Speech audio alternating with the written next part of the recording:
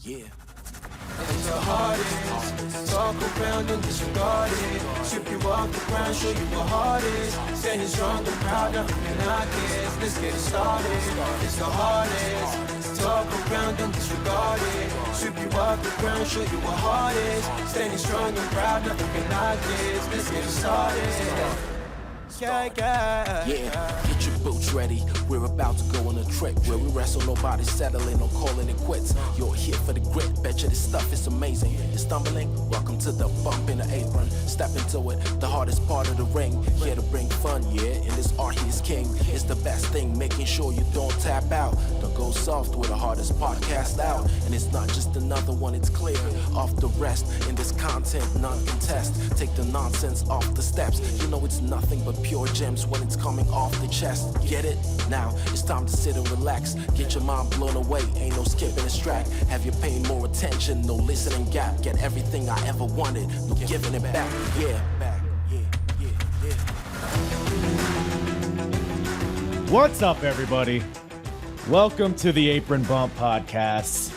I'm your host, Kyle, aka the hardest part of the ring. And boy, howdy, do I if you're a frequent listener of this podcast, I sure hope you enjoy Samoa Joe, because, man, we, just in the past, couple months, 2 or maybe 3 months, we've covered his debut in Ring of Honor in 2002. We've covered his debut in TNA in 2005. We've even covered Pawn Joe. Yeah, here we go. WrestleMania when he was wearing a poncho. Pawn Joe. That's a hill I'll fucking die on. That's funny. But now, after all that, typically I go into progress episodes where I'm like, derp. No Samoa Joe here. But, what an egg on my face, because now, we're covering his debut in Progress Wrestling Chapter 14. Main event is Rampage Brown versus Samoa Joe. And you see that on the card, you're like, God damn it, that's match of the year. I'm going to rip my clothes off and finger my butthole. And okay, that's, why am I so vulgar all the time? I can't just say hey, that's probably a pretty neat match. Probably a good contest of grapples. Nope. Gotta go right to butthole jokes. What was it talking about? Oh, yeah, you see it on paper. You're like, man, that's going to be a great fucking match. But, well, I'll let the podcast speak for itself in terms of that. But that's a match that happens in the main event. But, of course, we also have a Thunder Bastard match. Thunder Bastard.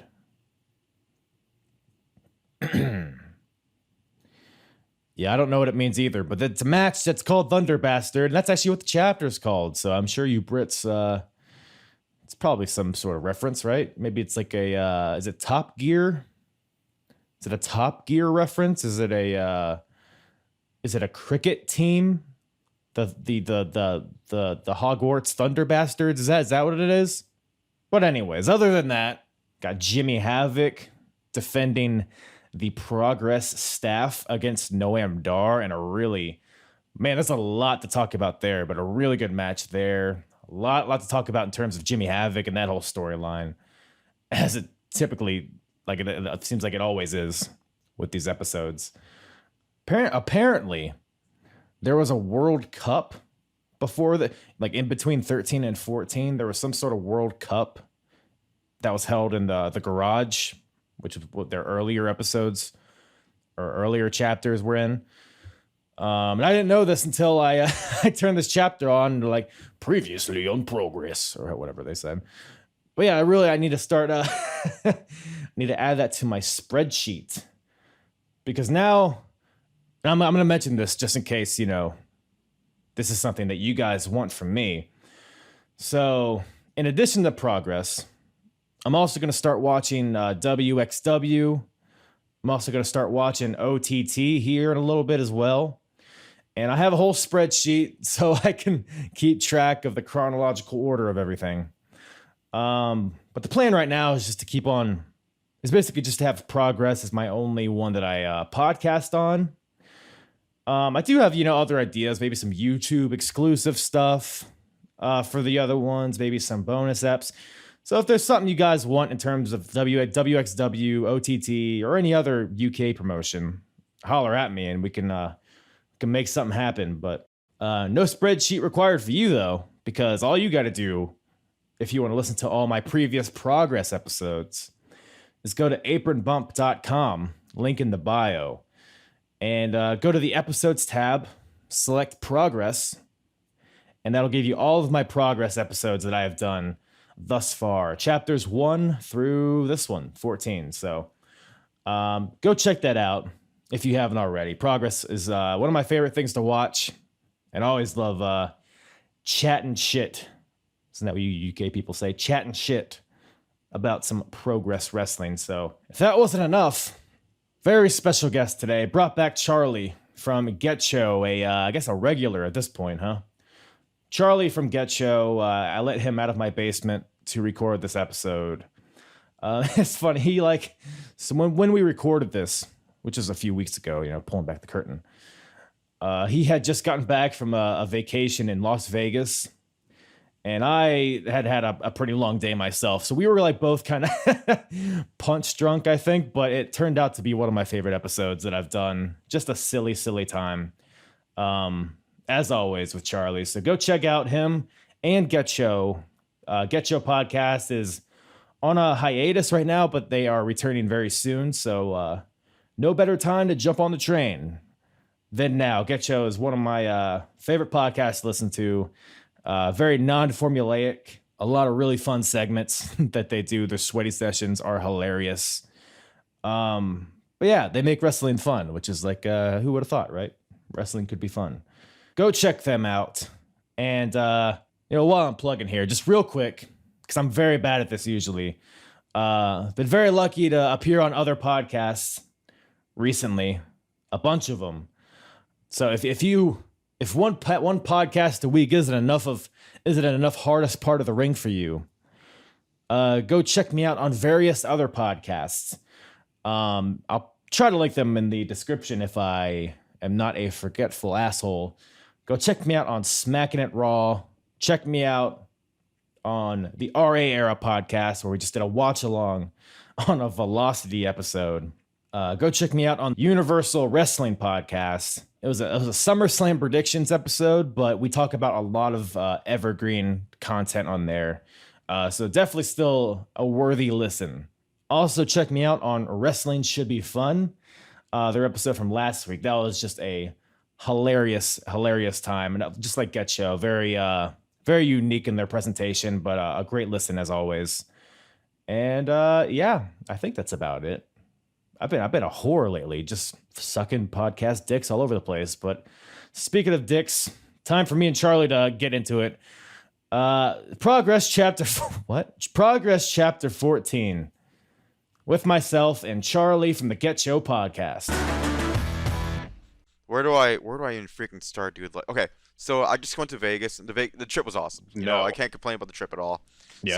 So then I don't know, you've heard about the traffic not the traffic, the weather in Chicago. So anyway, we've had storms, tornado warnings, and all those other, the whole shebang bang, So my flight, I get to the airport and they keep delaying it, but they don't tell us why. They're just like, oh, it's delayed again. Ugh. And then they finally start saying, oh, Chicago's not letting anyone fly in.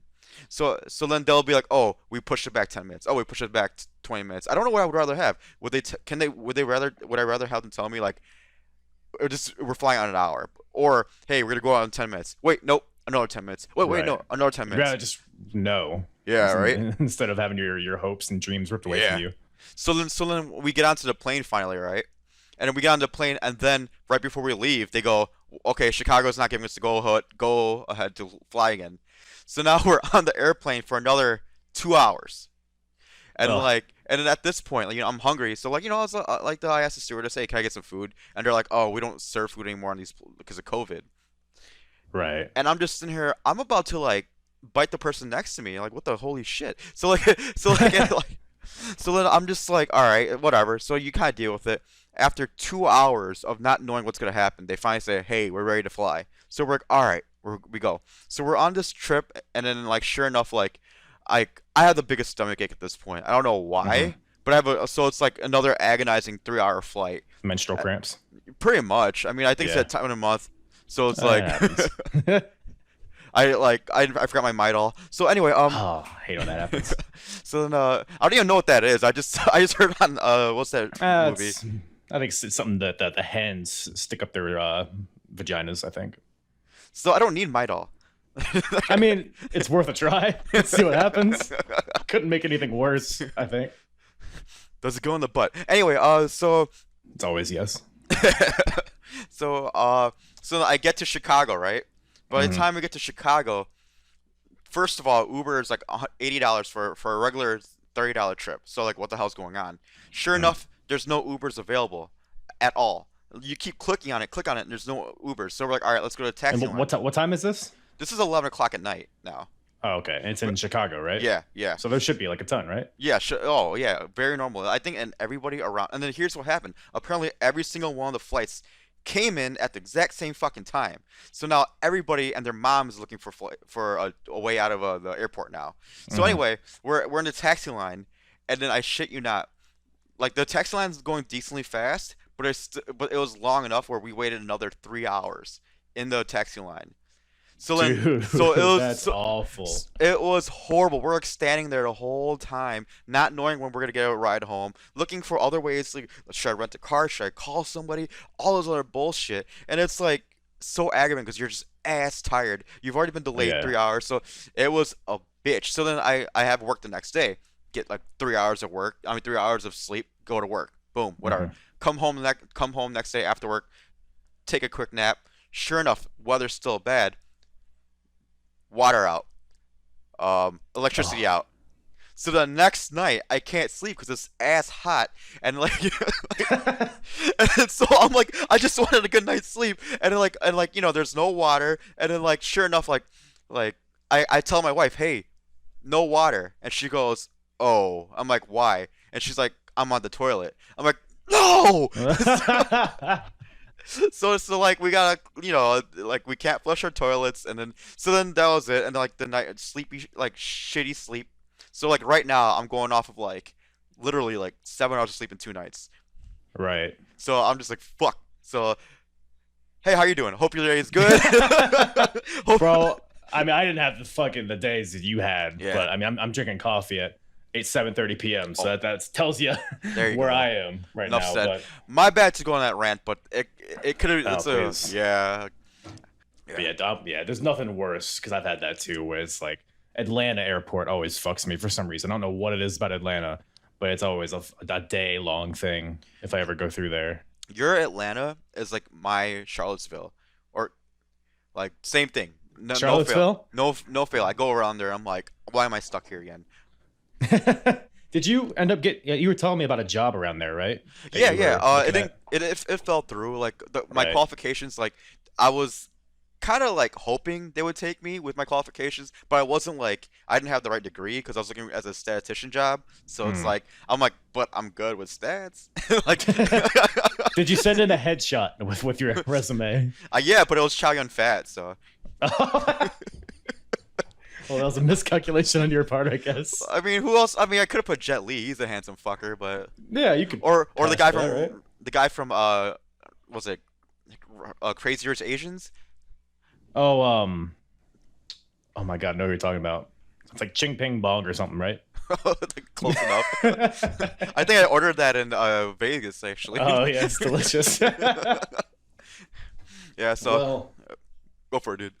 yeah, man. Well, hey, at least we don't have to take a flight to London to talk about this here wrestling show, right? Oh, you know what? I mean, I would actually. Yeah. I would fly to go to this event because it seemed like the crowd had a great time. Dude, Genuinely. I would love to go to a Progress. I mean, what I've heard, it's like not quite the same nowadays, but like Figure, but I mean, are you into Progress at all? Like, I know you're like kind of into the more like indie obscure stuff. So actually, this is my first ever Progress show that I ever watched. So really, yeah, I like you're like my bucket list though is OTT. I don't know if you heard of OTT. yeah, no, Yeah. I literally, dude, I'm such a fucking nerd. I have a spreadsheet. So I have Progress, OTT, and WXW, and I like chronologically like listed them. So I'm like gonna like go through all of them. Respect. So I mean, understand. I Yeah. figure you won't put that on like a Tinder profile, but I get it. You know, it's like Goes on my grinder. I know, right? Ladies and or gentlemen. Like,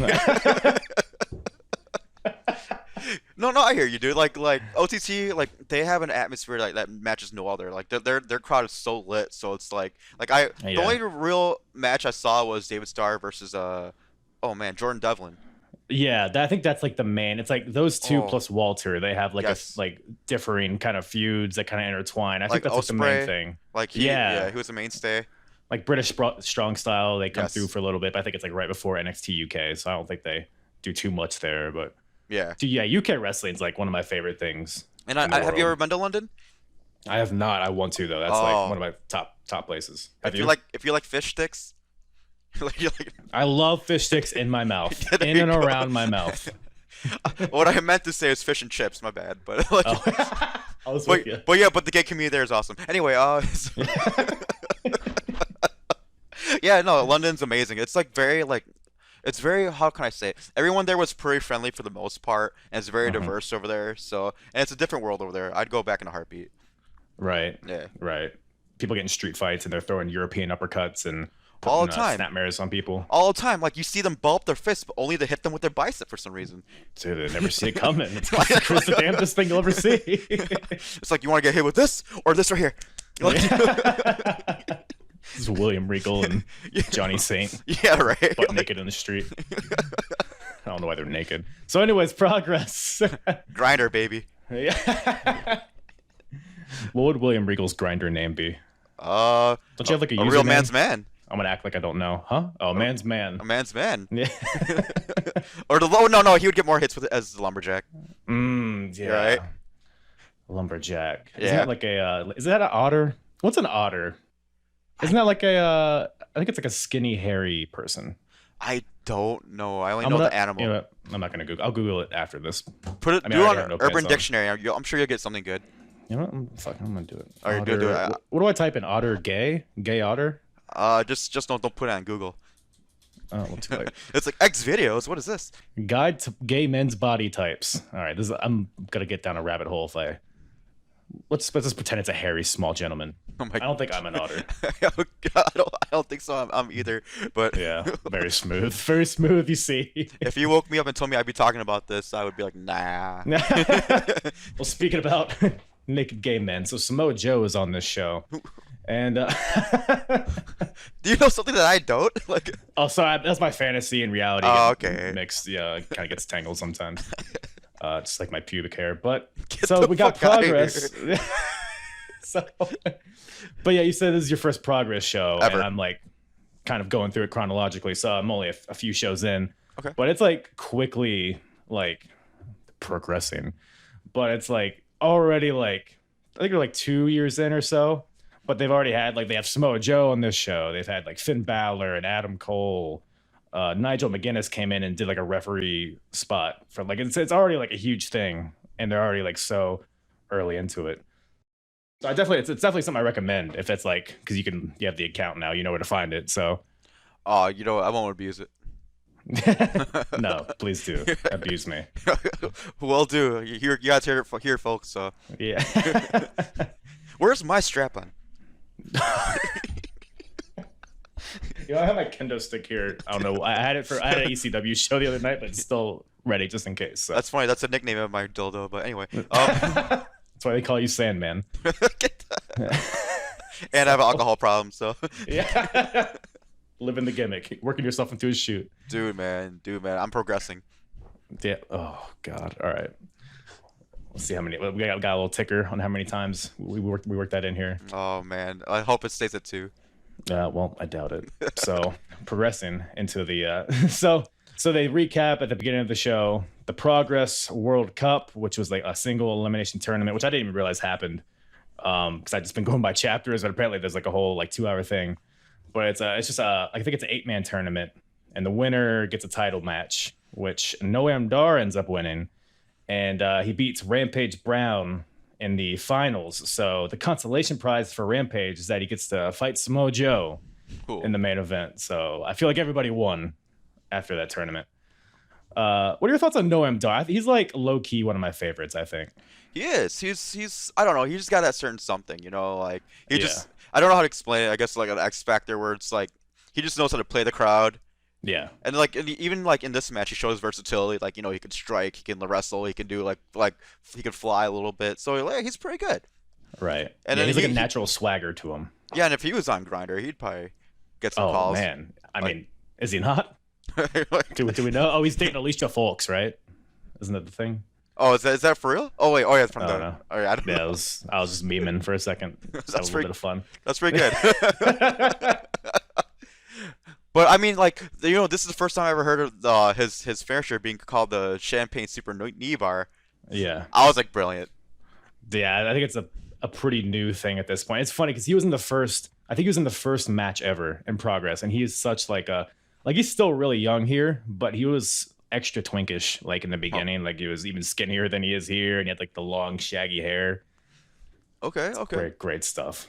Great stuff. But man, so this opening match here, it's a Thunder Bastard match.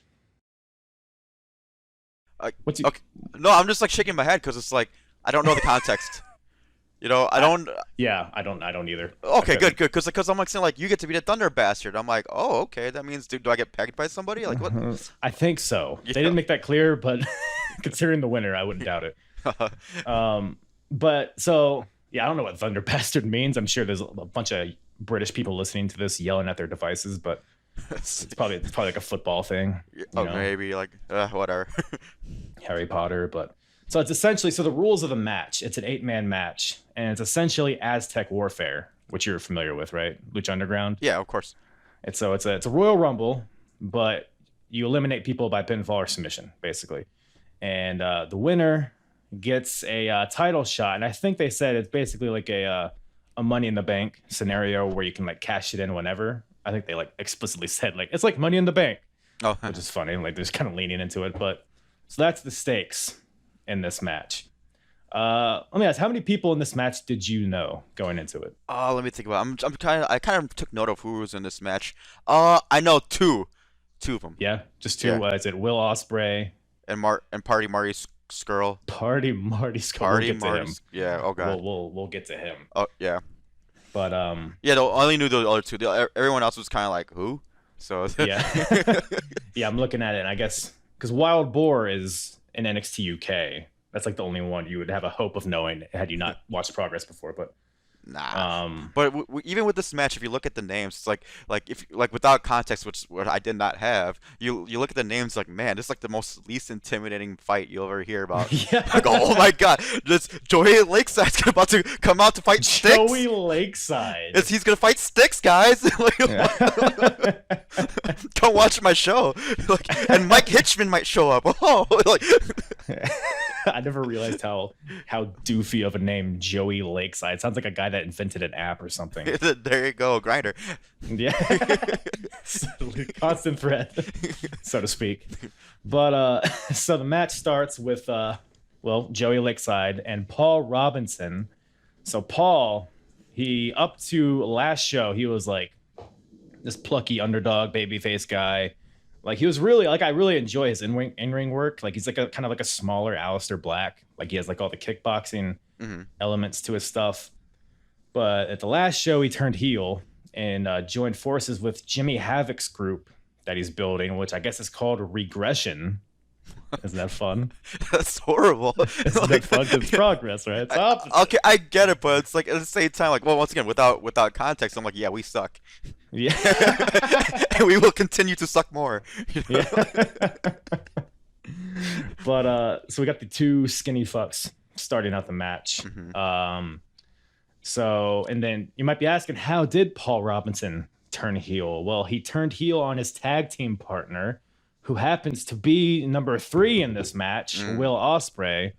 So they were a tag team. Paul turned on Will, which is why Will comes out with a steel chair. He's all pissed. He's all, gay, and he's coming out, and he has the chair, but the referee, takes the chair because it's a thunder bastard match. You got to respect the sanctity of it. There's no chairs in a thunder bastard match. So as the ref and Ospreay are jostling with the chair, Paul Robinson, I think, right? There's a lot of shit happened in this match. Yeah, Paul low blows Will Ospreay. Oh yeah. Gets DQ'd, so Paul's eliminated, but I don't think he really gives a tickle. So just leaves Ospreay and Lakeside in there. Ospreay hits a beautiful Fosbury flop onto Lakeside. And this for the record, I forget what that is. It's like a not quite a moonsault over the ropes. It's like a half moonsault, half shooting star press. It's like what AJ Styles used to do back in the day. Okay. Like a here. I'll get up and. All right, cool. Here we go. Yeah. We'll cut it in. HD. I'll put in AJ. Yeah, and I'll put my face on it. There you go. Reface app. Shout out. There it is. And Daryl Allen comes out next. Another scrawny English fuck comes out. Him and Ospreay have a fun little exchange. They're all bouncing all over the place. Will Ospreay, it's funny watching him with the context of what he is today. Such like way more high flying than he is now. Definitely in his early days. Ospreay goes for an Os cutter, but it gets blocked. Then they're like bouncing. They're keep whipping each other into the ropes, and they hit like a drop kick at the same time. And I didn't catch this when I first watched it because after this double drop kick, they're both down. But then Daryl Allen like rolls to the outside, and the referees are checking on him. Like it's like they don't throw up the X, but it's like kind of the similar kind of feel to it. Yeah. And they said that Daryl Allen got a concussion, which is, you all right over there? The fuck was that noise? What? I think your stomach just made a noise. What? Might have been me. Getting excited over there about Daryl Allen. The sound of Daryl Allen. The sound of my erection. The sound of my erection. Is that a Kiss song? That's what it sounds like when 3 inches pops up. Speaking about 3 inches, so Daryl Allen is getting looked at, and they say he has a concussion. So he's like, they take him out of the match. Basically, he's eliminated. But he after that drop kick, I watched it back, and he's like holding his shoulder. Oh, so I don't know if he injured his shoulder, and they were just like, that's too much of a pussy injury. We got pretend you got a concussion. We'll take you out. So I don't know. I turned it back too to see what happened, and there was this one part where what's his name? Ospreay throws him to the ropes, and then he pops him in the head with his elbow. And it didn't look like he meant to hit him with an elbow. That's what I'm guessing what it was, because that could have been it too. But let's just say for shits and giggles that it was a real concussion. You know who didn't see this match was Tony Khan. Because fucking what's his name? Matt Hardy's head bounced off like a basketball, and let him go. Right. keep this shit going. Who's in charge of the medical in progress in 2014, because they diagnosed his concussion in 15 seconds. He's concussed. Nah, he's probably. Look at him. Look at him. Glassy eyed. Dude, he was smoking a bowl in the back. What the fuck? I wouldn't doubt it. Yeah, so who knows what happened? But it could have been also the Os cutter. Maybe they clonked heads or something. I feel like that could be an easy thing to happen. But I'm convinced that it was an injury just because it was so awkward. It was just because that Lakeside dude wanted to do stuff, and he was kind of going back and forth, kind of bouncing around, ready to do something. It was such an awkward pause. I'm like, all right, maybe something happened. But he was an eager beaver, wasn't he? Oh, Joey Lakeside. Man. Even to change his last name. I hope he has merch, because I'm gonna buy a T-shirt right after this. Lakeside. Watch out. God.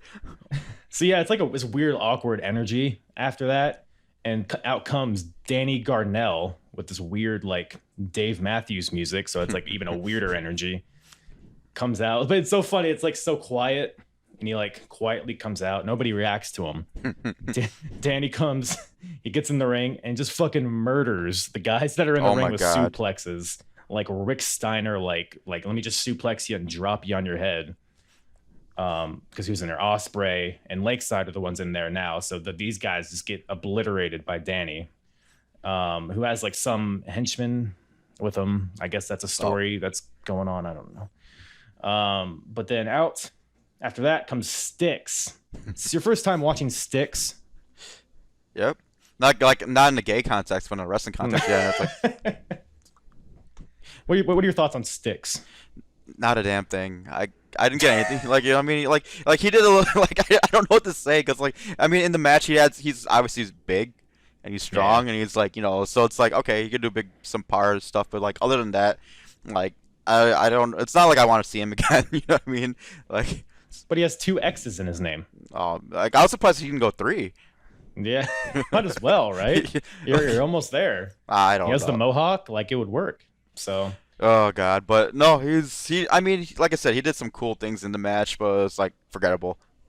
Yeah, I mean, these like intervals, I don't know, like what the time was. It was like 2 minutes or something between people. I think it was precisely like 1 minute and like 54 seconds or some shit. Like, oh, okay. Is that UK time? Maybe, but no, actually, it felt more random than anything. It's like, oh, let's just let him out now. You know? Right? Yeah, it probably was. Like, yeah, these spots are done. Get the next guy out here. But yeah, like not like too much happening in between these intervals, other than like what we've already mentioned. But so Styx is in there. Him and Danny Garnell go at it, the 2 bigger lads of the match. But then Ospreay hits a beautiful super kick onto Garnell, and then Styx hits a boss man slam. So Danny Garnell is eliminated, and so that leaves Ospreay and Styx to go at it. But then, oh fuck, this next guy, dude. No. I noticed that they cut out some of his entrance. So I'm pretty sure he abused an underage girl on the way to the ring. But like, get the fuck out of here. Yeah. I was really listening, like, oh, did they? I didn't catch it. Watch it Was again. that music copyright? Watch it again. It just skips, and he's already in the ring. He's licking his lips, and then it cuts to him in the ring. Oh God. Well, yeah. He's just a party though. It's Party Marty. Come on. It's not a song. But then, yeah, tell him it's not a quinceañera. You can't do that. You know. It's like, is that what they? No. More like the age of the kids. You know. Yeah. Okay. I know that joke kind of fell on its safe. More Red Bull. Let's go. But no, it's hilarious because Party Marty, right? It was who he was before, the villain. But he has villain on his tights. Oh my God. So there's like the transition where he's like kind of both. So he doesn't like know what he wants to be. He has this stupid hair. Like the crowd hated his hair. Like, I love their chant. You hear the chant? What was the chant? Here, let me see. I think I wrote it down. He's got shit hair on his head. He's got shit hair on his head. I'm like, okay, this crowd's a little too organized, but like it's like they were prepared. Oh, well, they definitely like had they must have had a script because they used it all in the Noam Dar match. Yeah. Oh my God, that got so annoying. Yeah, I mean, there was several points in this show where it was kind of a little overboard. I feel like, you know what, like kind of sidetracking, like the fans definitely were trying to get themselves over in this match more than they in the whole event. And the drunker they got, the more they want to get themselves over than actually watching these motherfucking matches. But anyway, right. I digress. Like the peaks, like they could be great. Like the crowd was probably really good most of the show, but there are certain points where it like took away from the matches. Well, they're probably looking through their notes to see like what song we're to sing next. To be fair, you have Marty Scurll coming out here, and I don't even want to call it a man bun. It's a ponytail, a half blonde ponytail with like leopard skin tights. Like, what are we gonna cheer for you, boo for you? No, we're gonna just shit on your head or your hair. So can't really blame him for that, honestly. But probably not his first time. Probably not. Not his last. But so Marty and Ospreay, they team up on Styx. They both hit some planches to the outside, but Styx hits a double power slam at one point, which is pretty neato burrito, if I do say so myself. But I know what you're thinking. You're like, man, this match needs more pigs. So out comes Wild Boar Mike Hitchman, who is the last participant in the Thunder Bastard match. Comes out with all the the kibashi chops to the back of the head of Styx. I didn't like that at all. You didn't like the... If anyone's using kibashi chops, I hope it's not. I don't want it being like fucking skinny Otis doing it. You know what I mean? Like, get the fuck out of here. Motherfucking looking like not so fit Finley. Motherfucker, like, you know what I mean? It's like you know what I mean? He's like, I don't know how to explain him. Like, maybe he just looked, I don't know. Though, Fatso Raven. No. Do. See, now I see it now, so you can't have your script. Call back. Let's go. Long-term storytelling. No, no, that's, I don't know. Mike Hitchman did not do it for me either. It's like, who are these fuckers? So, if you want a Mike Hitchman match to watch, okay. he had a really good match against Mark Andrews. It was like one of the first like 3 chapters. But if you ever like, man, I need some Mike Hitchman in my life, go check that out. I'll take your word for it. But if anything stuck out to me in this match, did you see how prominent Styx's balls were when Mike Hitchman was going for the package pile driver, and he just had these fucking hangers? I'm glad you noticed and I didn't. He was sitting there, he's like trying to set up this package pile driver, and then you get a real package. But you know what? In fairness, I watched this match on a plane, so it's like kind of like, you know. So you had to keep your boner down, so you had to skip through that part. It popped up in my tablet, just hit the roof. So. Oh, okay. Oh, that's that powerful hard. 3 inches. Yep. Your penis is like Mike Hitchman, small and powerful. Get the fuck. So it's Wild Boar, Marty Skrull, and Will Ospreay, the final 3. Oh yeah, Styx, by the way, gets eliminated by Chicken Wing, etc., etc. Okay. So we got the final 3, and then Boar gets eliminated by the Chicken Wing. Styx gets eliminated by the package. That's where we go. Package pile driver got me fixated on his balls, and then I forgot to say that I actually pinned him at some point. So the final 2 are Marty Skrull and Will Ospreay, which is just funny considering like the rest of the decade they'd have like New Japan matches like all over the world. Like they'd have like so many matches against each other. And I don't know if this is one of the first, or it's one of the first that I'm aware of at least. And like just like really good chemistry between these 2 guys, like right out the gate. Like you could see why they had so many matches.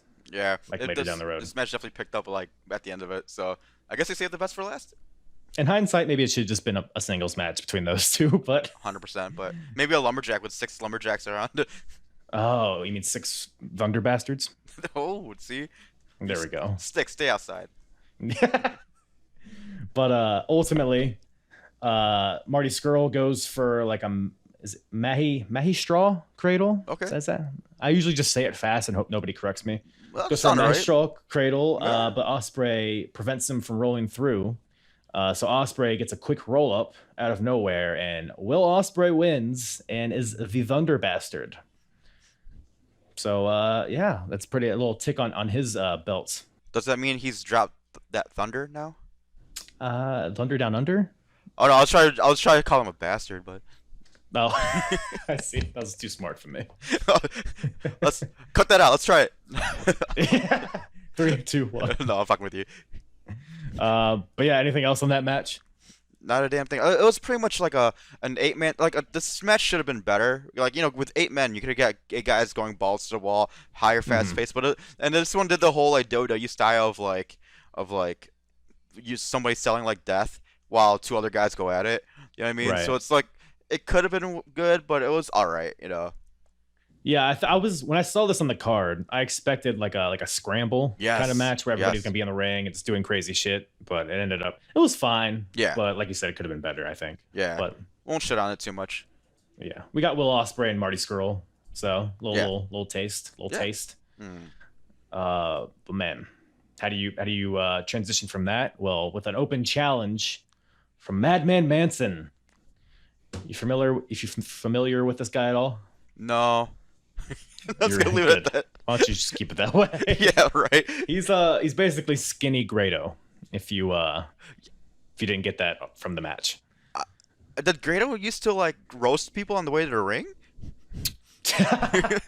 He may have, but that was, that actually popped me because it's an open challenge from Madman Manson, who anyone who's not aware is a very comedy based wrestler. Doesn't wear shoes. Sometimes he like draws boots on, but he apparently didn't have the time this time. That's a fact. By the way, him and Grado had a match a few chapters ago. If you want to add that right after your Wild Boar match you watch. So there's a fucking army helicopter above me. I don't know if you can hear that. That's another. Your boner's going up again.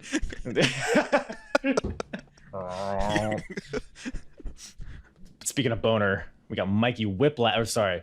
So do you know Mikey Whiplash at all? I know Mikey Whipwreck. I think that's close enough. So, so this guy, Michael Gilbert, right? He accepts the challenge, but apparently in other indies before this, he had a gimmick where he went by Mikey Whiplash and he had like the face paint and I don't know. I don't really know anything beyond that, but he was a very gimmick heavy wrestler. So the idea here is that he's no gimmicks required, Michael Gilbert. So he's just, black trunks, black boots, pretty much like the shooter Dean Malenko, but big. So, man, R.I.P. Chris Candido, right? R.I.P. Chris Candido, because Chris Candido was the original, my favorite no gimmicks needed guy. Oh, okay. Okay. Yeah. Yeah, just I suppose because I'm looking at this dude, I'm like, nah, Chris Candido was way better. Right. Yeah. But yeah, so Michael Gilbert, he's so serious that he has no music, and like you said, this prompts Manson to get on the mic, and he's like, oh, I'm Michael Gilbert. I'm so serious. I don't even wear knee pads. Like he's roasting him. It's fucking hilarious stuff.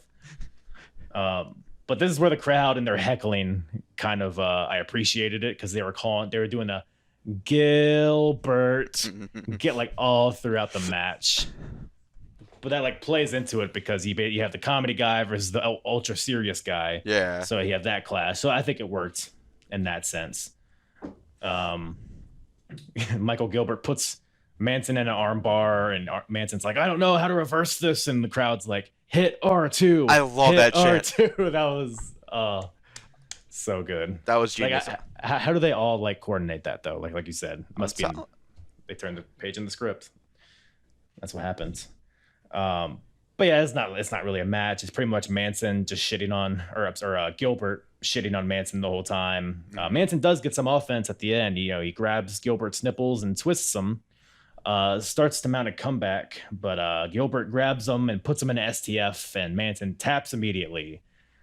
So no gimmicks required. Michael Gilbert wins, and Manson has some purple nipples. So anything else on that one? So Martin Kirby versus Mark Haskins. The match was all right. I mean, it just didn't make any sense to me. When you see somebody who's like so over with the crowd and like the funny guy, and like it seems like it was a showcase for Madman Manson, only for him to like just tap out clean. I was like, oh, all right. Yeah. So I was a little confused by that, but whatever. Go ahead. Yeah, it's a whole thing. I guess they're building up Michael Gilbert for something, but what do I know? I guess someone like Manson doesn't need to win. I guess if he's comedy, so he can always be silly. Good point. But yeah, Martin Kirby versus Mark Haskins. This next match. So both these guys are in tag teams. Martin Kirby with Project Ego, Mark Haskins with a team called Screw Indie Wrestling. I don't know if you're familiar with them at all. No. But it's with Nathan Cruz. And their teams have kind of been having a feud at this point. So now it's singles. That's pretty much all the backstory that you need to know here. But and that's why Mark Haskins, so their whole thing is that they don't allow Jim Smallman, the ring announcer / owner, they don't allow him to introduce them. They have to do it themselves. So as Haskins is about to do this, Martin Kirby interrupts it with an enziguri and a German suplex. Otherwise, I mean, this match, like, it never really gripped me at any point. I don't know what it was. This is a match where the crowd felt like particularly heckly. So I don't know if like that played into it, or if like, because the crowd wasn't really into it. They're more like, there's this one drunk asshole that just kept yelling Haskins the entire time. I'm surprised Haskins kept a straight face and never said anything. It was Haskins! Haskins! The whole fucking match, dude. Like, shut the hell up. I mean, because you can, even the commentator is like, someone really wants Haskins' attention. But other than that, it was a fine match. Had some good false finishes. Haskins wins with a roll up with his feet on the ropes because he's a heel, right? So otherwise, it was fine, but kind of forgettable in my opinion. 100%. Yeah. Like the only thing I was surprised me about this match, like Martin Kirby actually had Kirby on his trunks. Yeah, just so you know. The video, and I was like, the fuck? Oh, Kirby. I didn't notice that. Yeah, he had the video game Kirby on his trunks. So I'm just there. Oh, That's fantastic. Yeah, let's go all in. Like Brian Donkey Kong over here with a big. Right. Like, you know what I mean? I don't know what your porn name has to do with this, but The Brian Donkey Kong. That's good. Watch me barrel smash this bitch. Anyway, so. I guarantee you that's a thing already. But yeah, it was a fine match. Like, it was a good cruiserweight style match. It was a good wrestling, and like it was forgettable. Like I like the heel one with the roll up, and then like it was his feet on the ropes, right? So Yeah. So yeah, it was good for what it was. Yeah, didn't stay too long. Yes. It wasn't too so no hating. But after that we have the Progress Tag Team Championship on the line. So we have Team FSU, which is Eddie Dennis and Mark Andrews, versus the London Riots. So backstory here. So Mark Andrews won the Natural Progression Tournament that happened like a year or two before this. He won a title shot and won the title, the Progress Championship. But Jimmy Havoc, basically, it was a whole thing, but he basically had a clause in his contract that allowed him a title match at any point. So he basically money in the banked Mark Andrews and kind of stole the title from him. And Jimmy Havoc is aligned with the London Riots. London Riots are two members of Regression, along with Paul Robinson. So they have that tie in there, and that's pretty much essentially what it is. And the London Riots are undefeated at this point, so they're like ultra dominant, like the best as far as like records and credibility goes. They're like the most unbeatable tag team in Progress right now. And FSU won the titles through a tournament that the London Riots were not a part of because they got fired. Again, it's a whole thing. It's a whole hullabaloo. Okay. But so that sets up this match, and I really like this match. I mean, I thought between this and maybe the world title match, probably my match of the night.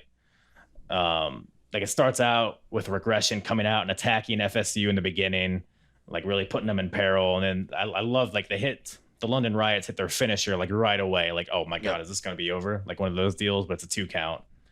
But then it kind of picks up from there. I don't know. What did you think in general of this match? Actually, like, I thought it could have been way better because, like, if you're gonna play upon like these guys being undefeated, that's where you I feel like you should put like longer heat segments because okay, the London Riots or whoever the Regression Boys attacked the FSU kids, right? And and then they out of nowhere they came back right away. Like even after getting hit by those, it felt like the heat segments were just so quick. And you know how like with hot tag segments, you'll get a quick hot tag.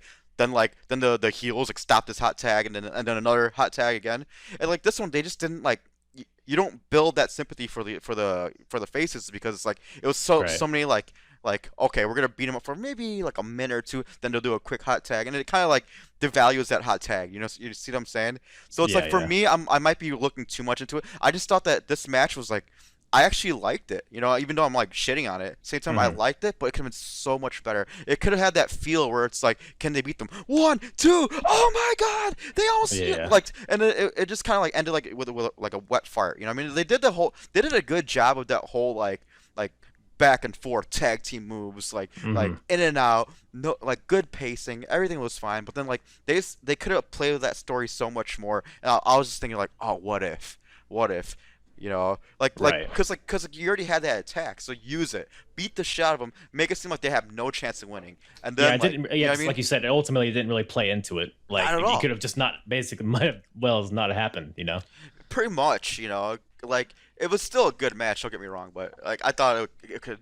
It was like an 8 out of 10 that could have been like 11 out of 10. Yeah, because like you said, it went back and forth between heat and the comebacks. Like there was too many of them. Like if it would just been one long or a couple long drawn out ones, really drive the point home that that attack, like maybe someone's leg gets injured or their neck gets injured, and that like kind of plays into the match. But yeah, like you said, I didn't really play into anything, so it was kind of just like look how dastardly we are kind of deal. Yeah, which like. that's getting put over like like no other. But in the end, it's like we kind of get that feeling already, guys. Let's Yeah. You've got the smallest guy in the match, and I already forget these kids' names. Mark Andrews. Mark Andrews, yeah. But then and like these two like Kevin Owens cosplayers could like beat the shit out of him way longer. Like you build and then like Eddie Dennis come in, big man, hot tag, and then you start the big like like the big tag team moves like all over the place. It's like it's like formulaic. I get it, but it tells a simple story that could have been way so much better. Yeah. Anyway. It could have been the London Riots. Maybe they were thrown off by the fact that when Rob Lynch takes his shirt off, the crowd starts chanting, "Put your shirt on." It's so demoralizing. It's like the equivalent of like that, like with Prince Albert getting a "shave your back" chance. Like, Yeah. I can't help it, guys. Did you enjoy the London Diets chant? No, I did not. I didn't notice. Okay, props to that one. That's good. Yeah, that was they get one for every 5 matches they ruin. Yeah, but yeah, I mean, other than that, I always pop for a Nigel McGuinness clothesline off the ropes. You know what I'm talking about? Yes. Which Rob Lynch hits on Mark Andrews because that's what shut him up, because they're all chanting "Put your shirt on." He's like, okay, let me just knock this kid's head off. Yeah. And that kind of shut him up for a little bit, at least. I did note Mark Andrews at one point, because everybody's fighting on the floor, and Mark Andrews comes from the top rope and does like a Billy Kidman ugly shooting star press and like lands right on his face on the floor, I'm assuming, or he cuts his face open somehow. I don't know if he just like slid into a chair or something, but yeah, that was a nasty gash. Like if it's like MMA style, when these guys get their eyebrows cut. Yeah, that looked pretty bad. A little bad. Vaseline on it. Yeah. Oof, God, it was like a vagina growing on his eyebrow. Like, earbrow. We'll edit in post, don't worry. Damn it. I'm just gonna put earbrow after every sentence you say. The earbrow episode. That'll get the hits. Earbrow and Grinder.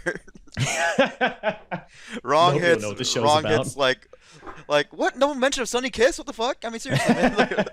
I already got your download, bitch. But yeah, man, the match really does pick up at the end, though. Yeah. Eddie Dennis gets hit with a double team, like boot, fireman's carry slam, kicks out at 1. I'm always a sucker for a good kick out at 1 and like a fire up after that. 100%.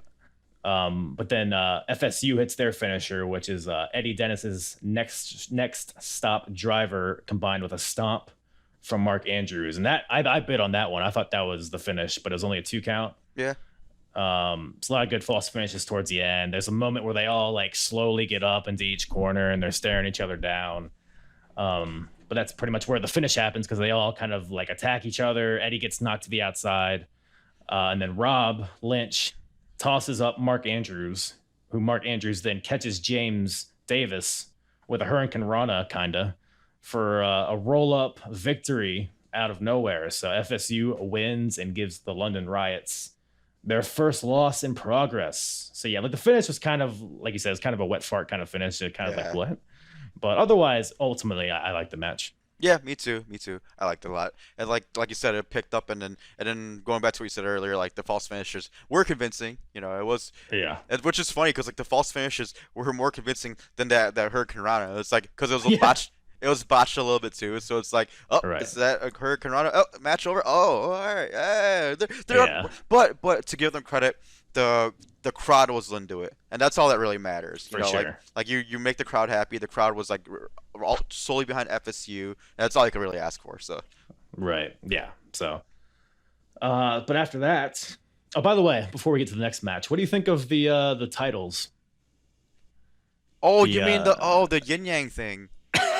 Oh my god! Like they both had like 2 sides of it. One you had the yin, the other had the yang, and they put it together. I'm like, the symbolism. I'll give them an A for that, and I'll give them an F for everything else, because it was like, that was cheesy. That was like Steve Blackman head cheesy.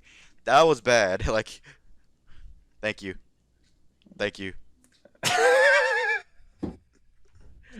I almost wanted to just shut my camera off. No. Here, let's play it back. I didn't think you heard me. Steve Blackman, head cheesy. That's how much cheese it was. So next match, we have the Natural Progression Series, the first round match. Making me uncomfortable. Sliding down.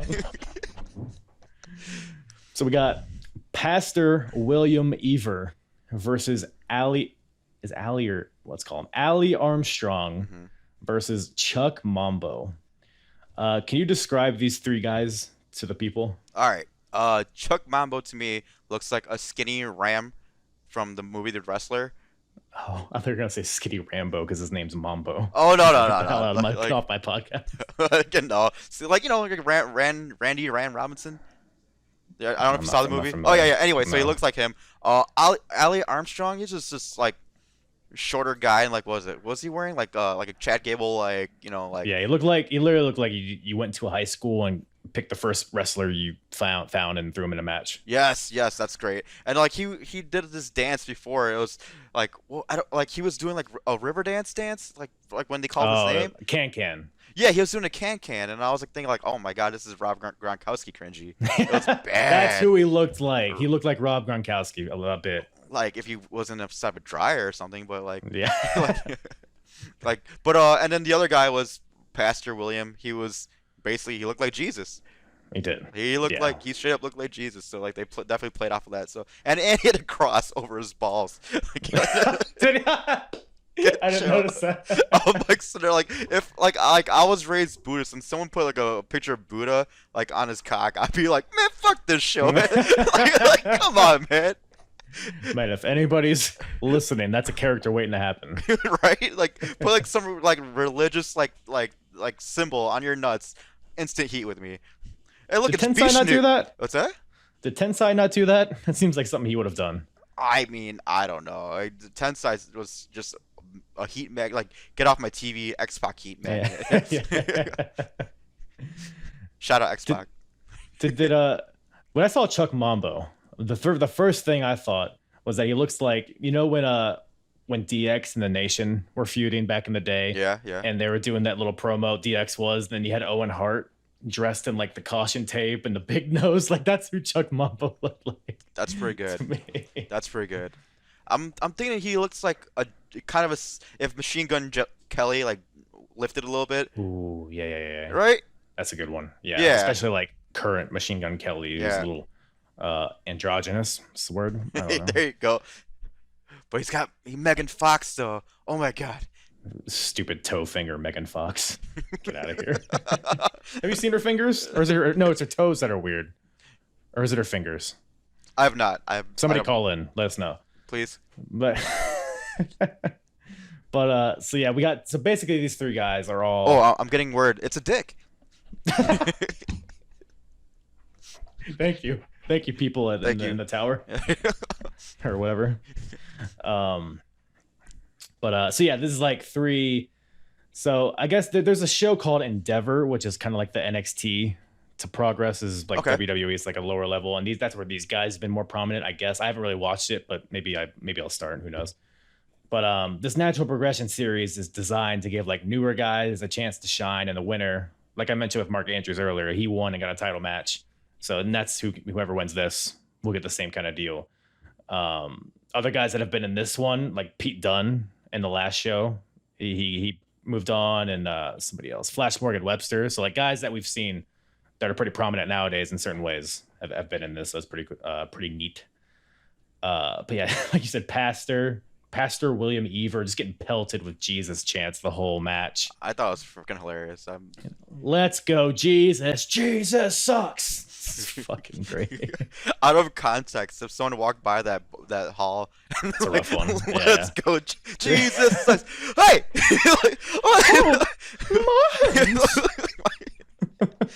what's going on in there? Runs in with a steel chair. Yeah, exactly. But then I'll give them credit when they started chanting "Holy shit."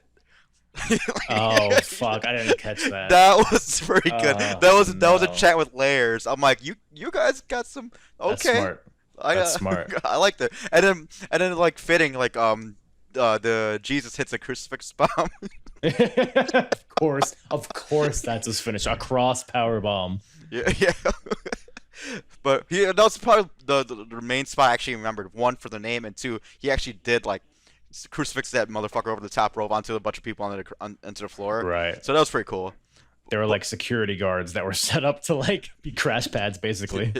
Yeah, but to me, this match was a 3-way Kirby versus Haskins. It was forgettable. It was kind of like, it just, you know what I mean? You just added another guy. That's the same fucking match. From now on, if it's a forgettable match, it's a Kirby versus Haskins. Yeah. We're gonna make a trend. But yeah. Well, what was more cringe? The cross powerbomb from Jesus or the Mambo number 5 from Chuck Mambo? I did not catch that. What did he do? I only caught it because the commentary said it. So he like kicks the guy 5 times.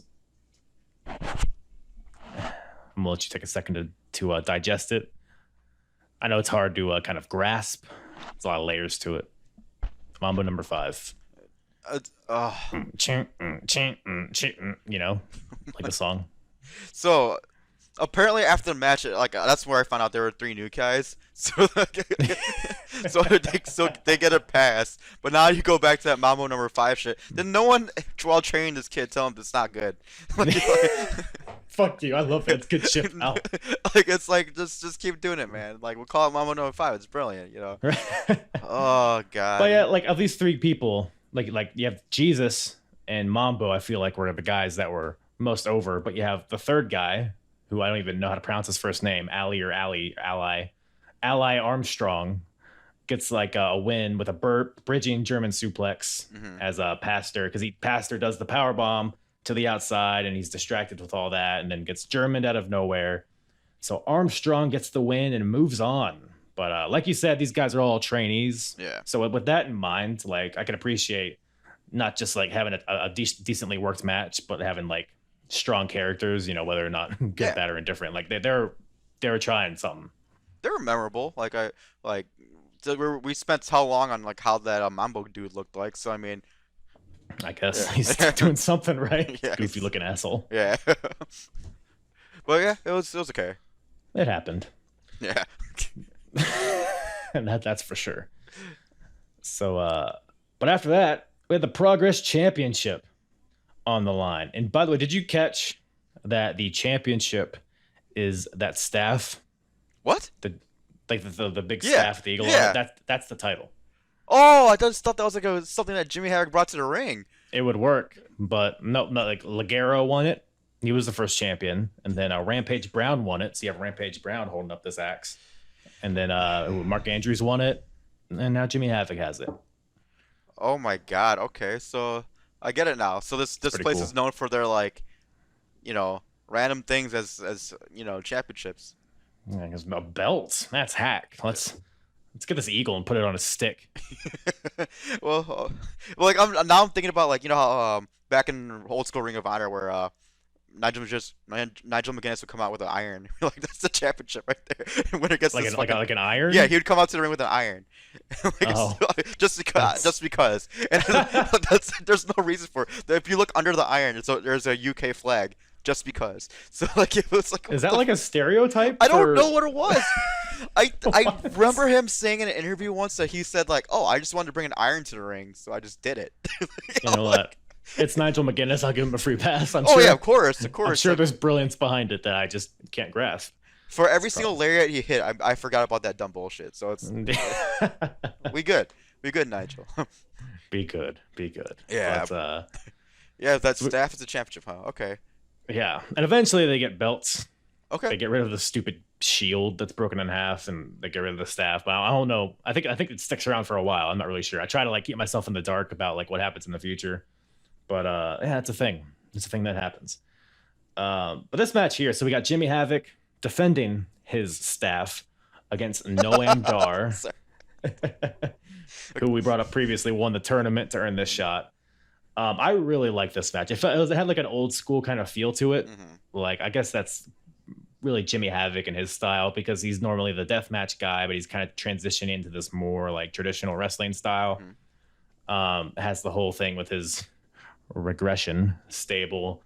The crowd loves Noam Dar.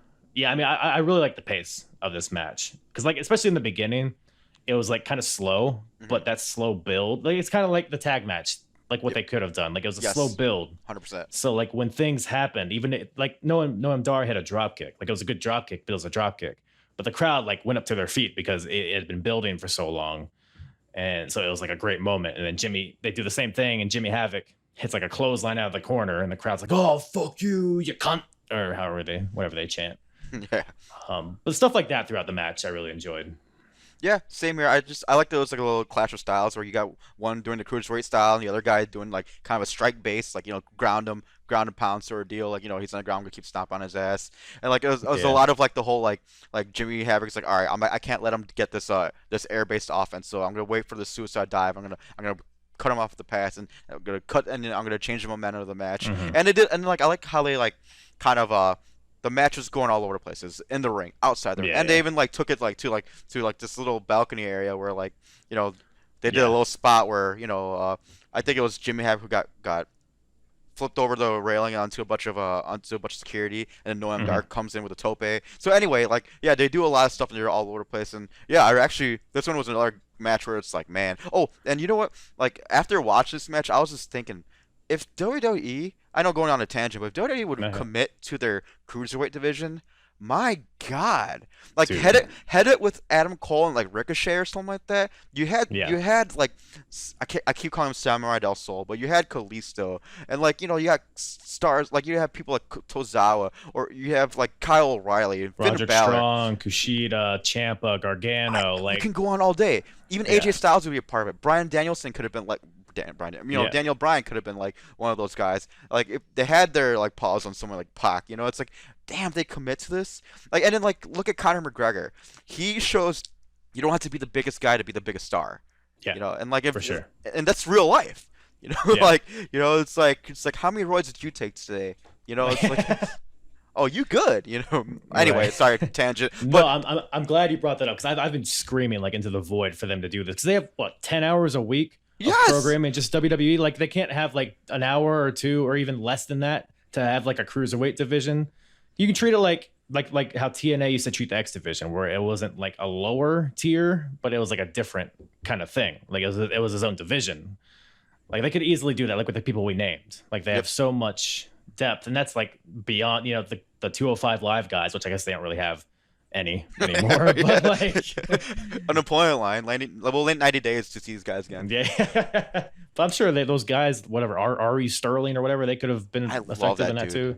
I loved Ari Sterling. I wish they held on to that kid. Who else can do a fucking like I first saw him do a standing 630 like outside, like over the top rope onto a guy who's like outside the ring, and it's like Jesus. Yeah, the guy's amazing, and like he looks like $1 million. I mean, like Grinder. Material, but like is he the guy that looks like what's his name from Impact? The guy with the card. Oh yeah, Ace Austin. Ace Austin, yeah, he kind of looks 100%, like him, right? Yeah. But anyway, I digress. This match was good. Noam Dar could have been a part of it, right? Huh? Noam Dar, who is in this match? And he showed great, he showed his versatility, like power hitting, the only thing I want to get on him, like I just totally remember this part. I don't know if you caught this. So like he's his finisher, Champagne Super Knee Bar, right? So like in the middle of the match, like he runs from behind and he clearly kicks Jimmy Havoc into, I guess, the left knee. So Jimmy Havoc goes down, sells the left knee. In the middle of him selling the left knee, he switches to his right knee. And then like you gotta see this. It was so obvious. He just completely switches knees, and then of course Noam Dar kicks that knee and goes for the knee bar. And I was like, man. I think Noam Dar fucked that up because Jimmy Havoc was like, oh no, I'm supposed to be selling the left. He kicked me in the right. Fuck it, I'm switching it now. No one's gonna notice it, And it was pretty slick the way he did it. To be fair, I didn't notice it. Yeah. So. But then, of course, I ruined it by paying attention to this dumb bullshit. But he just kind of like looks around, switches knees. He's like, "Oh no, don't jump on me." Right. I did notice though. It felt like he didn't really target the leg. Yeah. Like pretty much at all until towards the end. Yeah. Really, which I thought was kind of bizarre. But maybe that's if we're trying to make it headcanon, maybe Havoc was trying to defend against that. Maybe he scouted. Who knows? You can make it work in your head. We'll go to them. Okay. Yeah. Benefit of the doubt. Yeah. Something. But Whose Rainmaker do you think is better, Jimmy Havoc's or Okada's? Well, apparently Jimmy Havoc needs 3 and to And still lose a match. enough. But Yeah. 100% like Okada's is way smoother because Jimmy Havoc just kind of like rapes the guy's wrist for a second and then like spins him around, you know. Jimmy Havoc is like if you try to do it in a shoot, Yeah, like that's how it would look. you know what? That's true. You know, I'll give him that. You know, and like of all the things you're gonna like take, you're gonna like borrow the guy's Rainmaker and like just kind of devalue it. I'm like, Yeah, shoot. I don't know if you know this, but eventually he ends up calling it the Acid Rainmaker. Okay, make it your It's own. kind of fun. Yeah, yeah. If as long as he doesn't call it the Pain Maker. Ugh. Oh my God! Horrible. I put extra makeup now. I'm worse. I put spikes on my jacket. Don't fuck with me. No, he does kind of. Yep. Oh my God. Anyway, I digress again. But this match is still pretty damn good. I liked it. Yeah, and I like Yeah. the character work from Jimmy Havoc too, because Yes, more 100%. context. So I brought up how in a past chapter, Jimmy Havoc kind of came out and stole the title from Mark Andrews. Mhm. This is pretty much Havoc. He like kind of held Jim Smallman, who I don't know if you grasp this, coming in cold, but he's the owner of the company. He's the guy that came in and had to make the count Yeah. in this match. I never So caught his what- name until now. So I don't know if they even really said it. yeah. But Jimmy Havoc basically threatened to light Mark Andrews on fire in the middle of the ring. So he's like, "Oh, either I'm gonna do that, or you come in here and make the count, make me champion." He talking to Jim Smallman, so they have that like hostility towards each other, basically. Oh, I get He's it kind of- now. Okay. Jimmy Havoc's. It's the premise is like Havoc and his group are kind of like holding the company hostage in a kind of a way. So there's a lot of, like I said, hostility there. So there's a point where Jimmy Havoc goes for a knee in the corner. Noam catches him and power bombs him, but accidentally hits the ref. So the ref is down. So Noam, it's at this point where Noam like sidesteps Havoc. Havoc lands with his foot on the rope, and then Noam does a crazy stomp from the top rope That's to the attack part I the was talking leg. about. That's the part where he switches knees. Oh, That's okay. the part. Yeah. Yeah. I didn't catch it. Yeah, I that's didn't good. catch But it. anyway. But so it's at that point. Oh yeah, then he puts on the knee bar, Noam Dar. Mhm. Jimmy Havoc taps, but there's no ref, so he gets the visual victory there. And it's at that point where they get back up. Jimmy Havoc hits 3 Rainmakers. He hits one. Well, he hits the first one, and then he makes Jim Smallman get in the ring, and he like does kind of like a slow count, only gets to 2. Noam kicks out. Jimmy Havoc hits another one, and then Noam kicks out at 1. Then Jimmy Havoc hits a third one. Noam Dar kicks out at 2, so it's kind of building on that. But ultimately, Noam Dar, he has Jimmy Havoc in like a sleeper hold, but Havoc does the classic, runs up the turnbuckle and falls backwards into a pin. But I guess he taps as he's getting pinned, but the ref doesn't catch it. He only sees the pin. So Jimmy Havoc gets kind of a dusty victory here, retains his staff, keeps the staph infection, and yeah, good shit. Yeah, anything else on that match? I feel like we covered most of it. We covered it quite a bit. Yeah. Because there's like a hullabaloo at the like in the post match too. Jimmy Havoc's in the ring celebrating, holding his staff in the air as you do. Noam Dar gets in the ring. He grabs his jacket. He acts like he's just like folding it, which I was like, man, okay, he's just folding his jacket. Yeah. He's gonna leave. Yeah. But he's folding it, and he sprints and he kicks Jimmy Havoc in the face, and then they, tussle. Regression comes out to gang up on Noam Dar. Then FSU comes out to make the save, and this sets up an 8-man tag match that's going to main event the next chapter. So it's going to be Regression versus Noam Dar, FSU, and Will Ospreay. So you got varying kind of feuds there. And they didn't say what the stipulation was, but I kind of looked ahead. And it's basically a like a title versus career kind of deal, I guess. Cool. So we'll see what happens with that. I was actually intrigued when he made that match. I was like, oh, I kind of want to see this match. So maybe I'll check out Progress 15. I demand progress.com or whatever it's called. Yeah.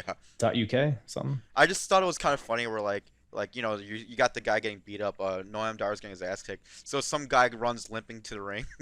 Yeah. Oh, thank you, my savior. He's like some guy limping. Like, I'm gonna save you. Hold on, I'm coming. Like, I was just like, oh, this guy's gonna come out. Like, so So they're outnumbered. His guy's got a gimpy leg, and I'm like, oh, like I guess. Like, which is funny because we made fun of him for not selling in the tag match. Yeah. And now he's finally like, oh, he got the word. Yeah. But I'm like, Noam Dar is like thinking, oh, my ass kicking's about to continue. Like, yeah. Oh, nerds, why did you send in this guy? Get Chuck Mamba out here or something. Exactly. That Jesus dude, bring him out. Yeah. Praise him.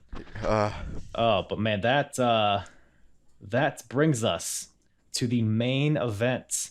We have Rampage Brown versus Samoa Joe.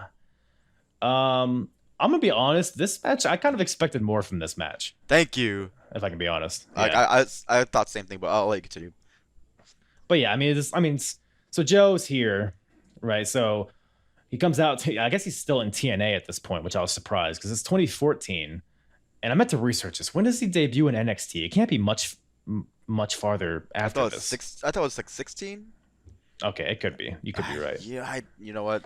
Here we have. What are we doing? So it's Samoa Joe, Joey Samoa. Come on. Let us be equally wrong. Like 2015. Come on. 2015. There we May go. 2015, and this was it? I don't know, like summer of 2014. So it's pretty much a year, I guess. Okay. So yeah, it's some time, but he's still in TNA here, and I didn't realize that until he came out to his TNA theme song, which is a banger. So I wasn't mad about that at all. Apparently he's X Division champ too. I didn't know that was the thing he was doing in 2014, but I'm all for it. I support it. I loved it. X Division. It's not about weight limits. We're about no limits. No, I've never heard that before. Just that's make that pretty up. Cool. No, that's what they did. That's how they did it. And because like it explained why the cruiserweight was like 300 pounds. Oh, okay. The cruiserweight champ is 300 pounds, but it's like about no limits, Professor. It's like the woman's title being held by like Rikishi or something. It's like wait, what's going on here? Could still happen. Right. I like equality. Intergender. Yeah. I'm just picturing now, like freaking like Otis like running over like Mickey Cross for the title. Cashes in Money in the Bank. Doesn't OTT have like a what's their title called? But it's like an intergender title. I don't know. It's like Genitals Don't Matter Championship. I know, right? Like one of those. But the David Starr Championship. But yeah, this match, like I said, it's like. Do you have something going on? Oh no, I was thinking like I was say like in the middle like have my wife come in and be like hey what's up? But, no, that's okay. So you have to mute yourself from going farther with it. Yeah, I know, right? Yeah. Yeah, the Silly Willy Championship, huh? But we got Samoa Joe here, and this felt kind of like a WWE match to me, like it. Because I don't know how much you keep up with NXT UK, but like Rampage has had these crazy matches with Joe Coffey and Walter and things like that, like really hard hitting long matches. And this kind of felt like it was kind of a greatest hits kind of thing. And the finish comes when Rampage. So Samoa Joe hits the Muscle Buster. Rampage kicks out at 2, it felt like a big moment, I guess. So he looks strong there, but then Joe just takes off his wrist tape and clotheslines the shit out of Rampage, and that gives him the win. Kind of a weird. I didn't expect that to be a finish at all, but that's what it was. Like I said, the match was okay, but for some reason I expected more. I call this the Brian Cage match because this match was basically like get my shit in. Yeah. More moves. Yeah, cause like Samoa Joe, he did all the things that made everyone happy. Like he did his whole like combo where it's like, what's one of those combos? I could remember this because I've seen plenty of his matches. Atomic drop into a single leg drop kick into the senton. Or he did like I was like sitting there like thinking like, oh my god, it's like he's gonna do that thing again where he does the power bomb, holds him kind of like half ass, so he's gonna turn it into a ST Joe or STF, excuse me.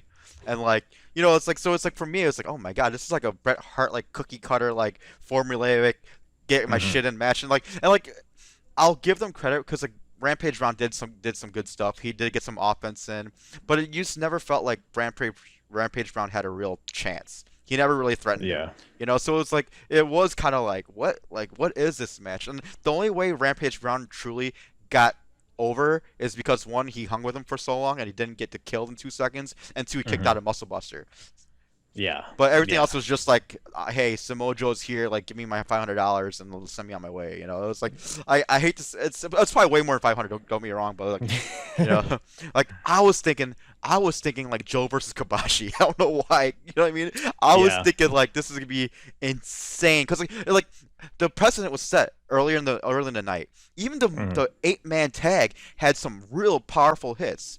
They were strong styling the shit out of each other. You're seeing sick lariats all over the place. You're seeing Nigel lariats on people and shit. So I'm thinking this match is gonna be, oh my god, they may kill each other. But it was okay, you know. Yeah. Yeah. Well, what are your thoughts on people wrestling with shirts on that I hated don't it. normally wrestle? I think that's what took me out of it. Me too. I hated it. I was thinking like, why? Like, you know, just.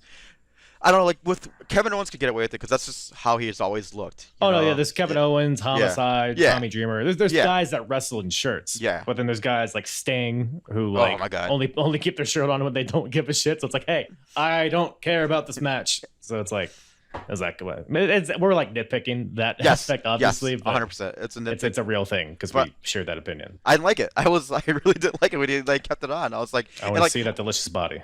Like, well, that's what I was saying. Like, I didn't bring it up right away because there could be more grinder jokes. Because I'm like, I wish he took his shirt off. You know, let the puppies fly. You know, it's like, because in the end, like there's this one point where Samoa Joe chopped the shit out of Rampage Brown. Yeah. Rampage Brown chopped him right back. You don't get that woo moment. You get that he just hit him with a t-shirt on moment. You know. Yeah. Yeah, exactly. There we go.